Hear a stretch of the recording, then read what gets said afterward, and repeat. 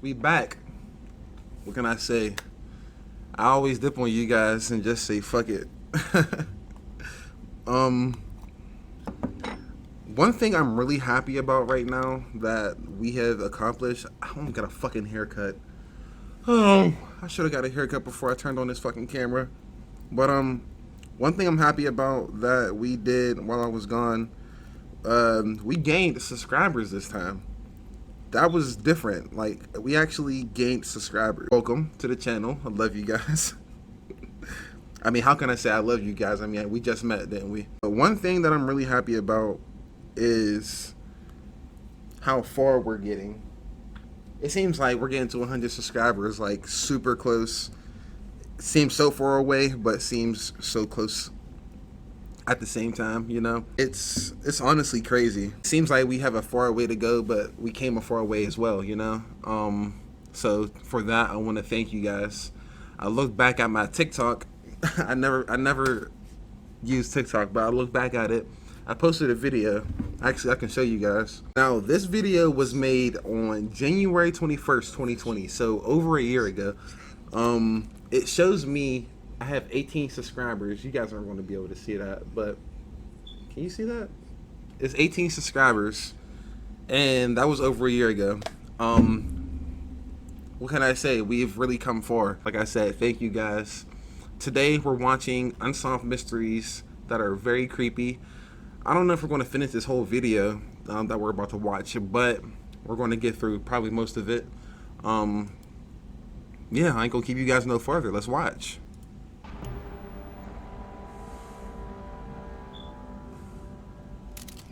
5 unsolved murder mysteries that are very creepy. And while we do that, Murders happen all around the world. Ugh. Some are solved within days or weeks, and sometimes it can take years. Unfortunately, Let me turn on subtitles. though, in some instances, the killer has been known to get away with the crime. Such are the cases on this list. These are 5 unsolved murder mysteries that are very creepy. I record in the Number basement 5, and Jodeen Sarin. fuck it. If niggas is gonna come, they It gonna was come. Valentine's Day 2007. Jodeen Sarin was 39 years old, and despite being mentally disabled, she was high functioning and lived in her own apartment in Carlsbad, San Diego. You can't be thinking that just because people are disabled or mentally disabled that they stupid or something, bro. Let's just get back into it. Sure, she was okay though. Her parents made a visit to her every day. That evening, Jodeen's parents checked in on their daughter like usual. They knocked on the door. The lights were on, but no one answered. After several tries and calls, Jodeen's father, Art, broke down the door. Once inside, they walked through her dark bedroom and were shocked to find their daughter having sex with an unknown man. Whoa! Upset. Whoa! What happened? Father, Art, broke down the door. After, like usual, they knocked on the door. The lights were on, but no one answered. After several tries and calls, Jodeen's father, Art, broke down the door. Okay. Once inside, they walked through her dark bedroom and were shocked to find their daughter having sex with an unknown man. Upset. What y'all but doing? thinking- Down in the comments, what y'all doing?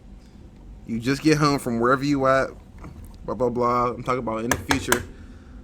You come home, your daughter, you know what I'm saying, is getting down with some dude that you ain't never met before. What you doing? Down in the comments. They walked in on an awkward situation. Art told the man to get dressed and leave, while both parents waited in the adjoining room. The man did as he was told and left. Minutes passed and the parents waited, but Jodeen never came out of her room. After asking for her to come out several times without a response, they decided to go in. What? There, they were treated to an even more shocking sight than what they had just seen. Jodeen was lying in the nude, dead. She had been beaten and strangled to death. While they were waiting for her? Yo. Nah, buddy shouldn't have made it out that situation alive. That got me mad as fuck. First you walk in on your daughter getting, whoa, you feel me? Then the nigga that she was getting woed by kills her? What is that? I'm fucking busy right now. Like, I should have did this before I started the video. My girl got us. Can you guys She got us little lighters with our faces on it. It's cute. All right, let's continue. It was later clear that while her parents were waiting for this man to get dressed and leave, he was also killing their daughter at the very same time. The man left without Jodeen's parents knowing anything. With the amount of bruises she suffered, it was clear the sex between the two was not consensual, and her parents had witnessed her being raped in front of them without even realizing it. Police studied the crime scene and collected DNA evidence, and although they tried to find a suspect, the case went cold. For 11 years, no one knew who raped or killed. How the fuck did the case go cold? Those niggas were right in the exact same room.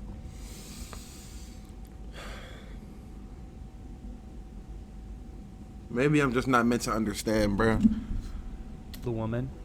Over the years, as advances in technology arrived, investigators would run the suspect's DNA through various databases, but it was always a dead end.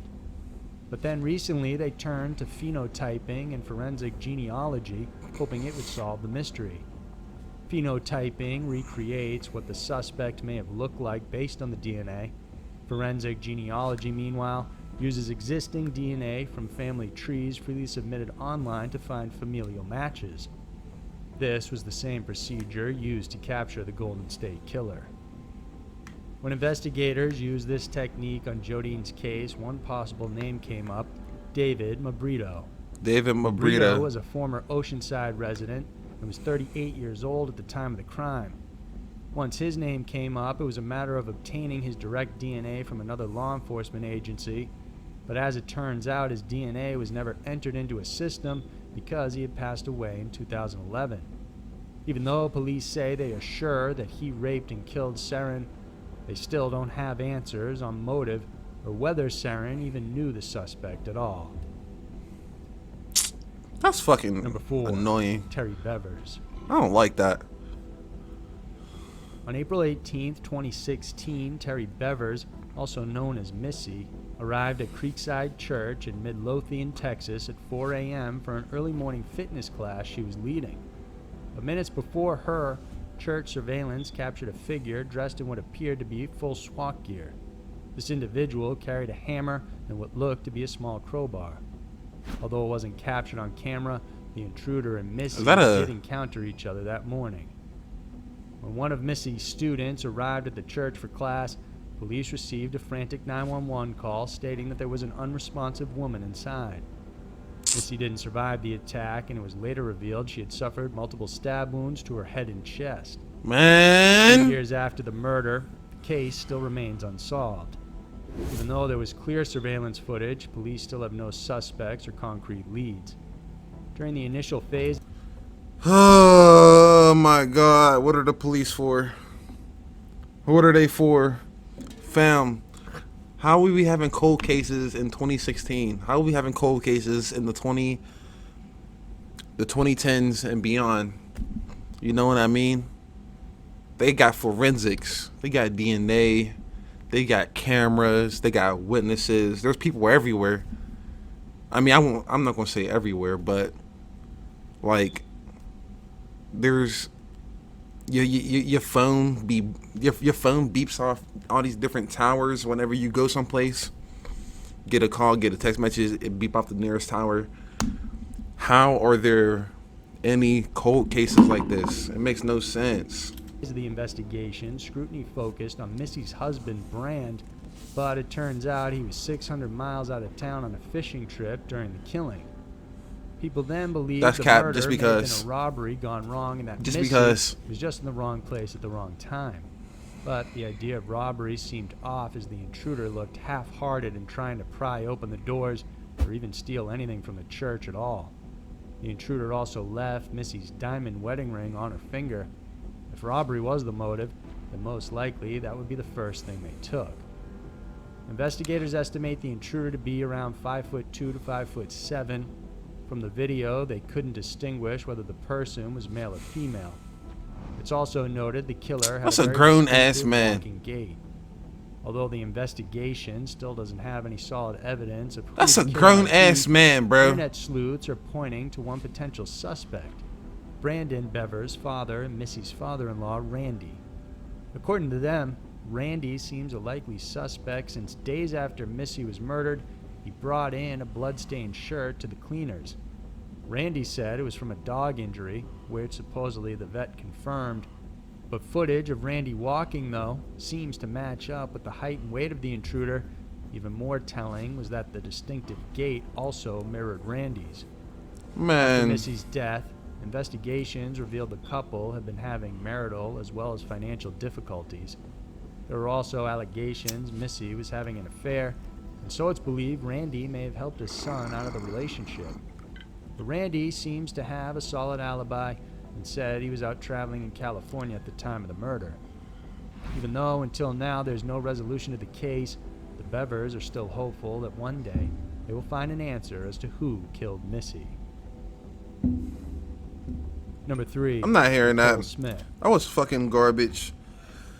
Like I'm gonna say once, twice, 3 times. Forensics, bro. They said, oh, he got the same walk. He got this. The law always wants to be on some, oh, we got to 100% prove that this person that we're about to throw away in jail wasn't the person that, you know what I mean?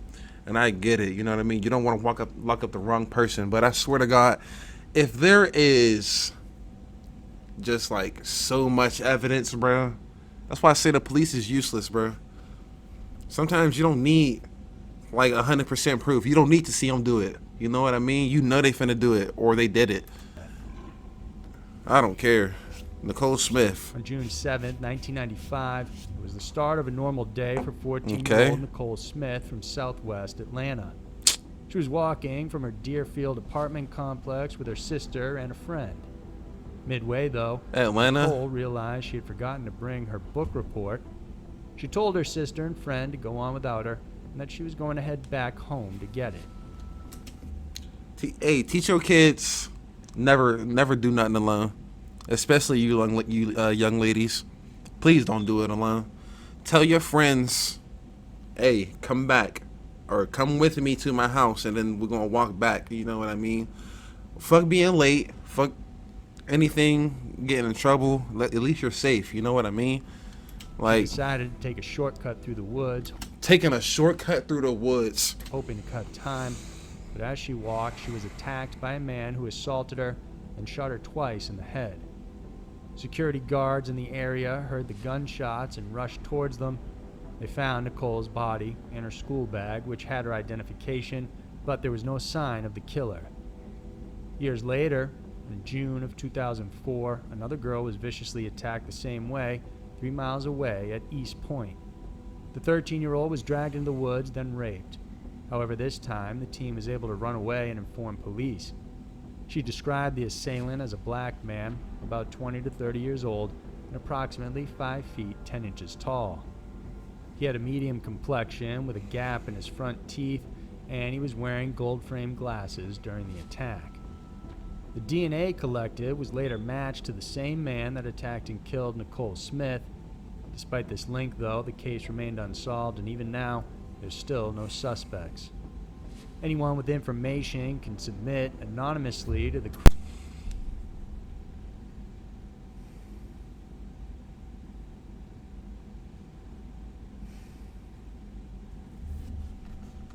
Crime Stoppers Atlanta tip line at 404-577-TIPS.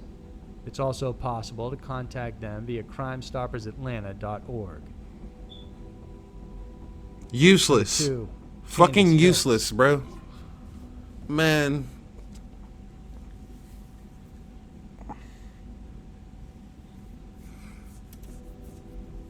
Considered a child prodigy, Candace Hiltz was already doing calculus by the time she was 11. She lived with her mother in Canyon City, Colorado, but while still a teen, Candace found herself pregnant and she gave birth to a daughter named Paige. One day, Fremont County Sheriff's Deputy Robert Dodd arrived at the Hiltz home looking for James, Candace's older brother. James suffered from such severe paranoia that he lived in the wooded area at the back of the family's home. The officer said he wanted to question James about a trespassing incident. Both Candace and her mother were present during the questioning, and at some point, Candace didn't like the officer's tone and let him know about it. In the end, a shouting match ensued between the two. When the officer threatened the teen he would arrest her, she put up her wrists and dared him to. Then Candace said she had seen the officer accepting envelopes from known drug dealers in town and would gladly let his superiors know about it. Days after this incident, the family came home and realized their dog was missing. They thought it was odd, but figured the animal had wandered off or may have been attacked by a mountain lion since they lived in the forest. Candace went to the sheriff's office to report her dog missing, but got into another altercation while there. It's unsure whether she got into a fight with Officer Dodd or if it was others. Then on August 15, 2006, Candace's mother, Dolores, left home to run errands. While out, she realized something was off and called the neighbors to have them check on Candace, but they never did. Then when Dolores got home around 3:30 p.m., she went inside the house to find her granddaughter Paige crying and screaming inside her crib. She then found pools and spatters of blood, but still there were no signs of Candace. She ran to the room to pick up Paige, but discovered something stuffed underneath the bed. It was wrapped inside a green comforter. Dolores opened it and felt sick to her stomach when she found her daughter dead. The girl had so many gunshot wounds to her face that it nearly decapitated her. Dolores then called 911. The two officers tasked to lead... Fam, I'm telling you, all you gotta do is connect the fucking dots. Now, I bet you, we don't know who... Well, obviously, this is Unsolved Murder Mysteries, but, we don't know who did it. She was arguing with the one police officer who she said was dealing with the drug dealers in the neighborhood. That's obviously illegal behavior, bro. You can't do that when you're an officer. But it's unsolved, right? The investigation was Deputy Driscoll and Deputy Dodd, the same officer Candace had an altercation with. According to the family, the investigation was shoddy at best. Despite being veteran officers, the two left behind a lot of evidence uncollected at the crime scene. The area wasn't taped off properly, and people walked in and out, contaminating the crime scene. Worse still is that almost immediately, the officers pointed to James, Candace's mentally ill brother, as the main suspect. They organized a manhunt, searching the wooded area behind the home, stating they were looking for evidence, but the family believes it was a ruse to find James. It was during this search the family dog was found. He had been tied to a tree and then butchered with an axe. Wow. People believe the dog was taken to stop him from alerting anyone if an intruder went inside the home. Others say it was to taunt the family. Candace's murder became a cold case. Officers still pointed to James as a possible suspect, even though he denied it and had no history of violence whatsoever or even owned a gun. What's more is that it was clear from the investigation that Candace was shot by 3 different people and suffered gunshot wounds from several different guns. Wow. Fast forward to 2017 when Rick Ratzliff bought a storage unit for $50. Inside he found police lights, police uniforms, and case files. Then he discovered a box marked evidence, and he knew he had found something that wasn't supposed to be there. When he inquired... If I found some shit like that, what? I'm in there. I'm plugging that bitch right into... You know what? Who had owned the unit prior to his purchase, it was none other than Deputy Officer Robert Dodd. Rick told police about what he found, and his wife recorded the interaction.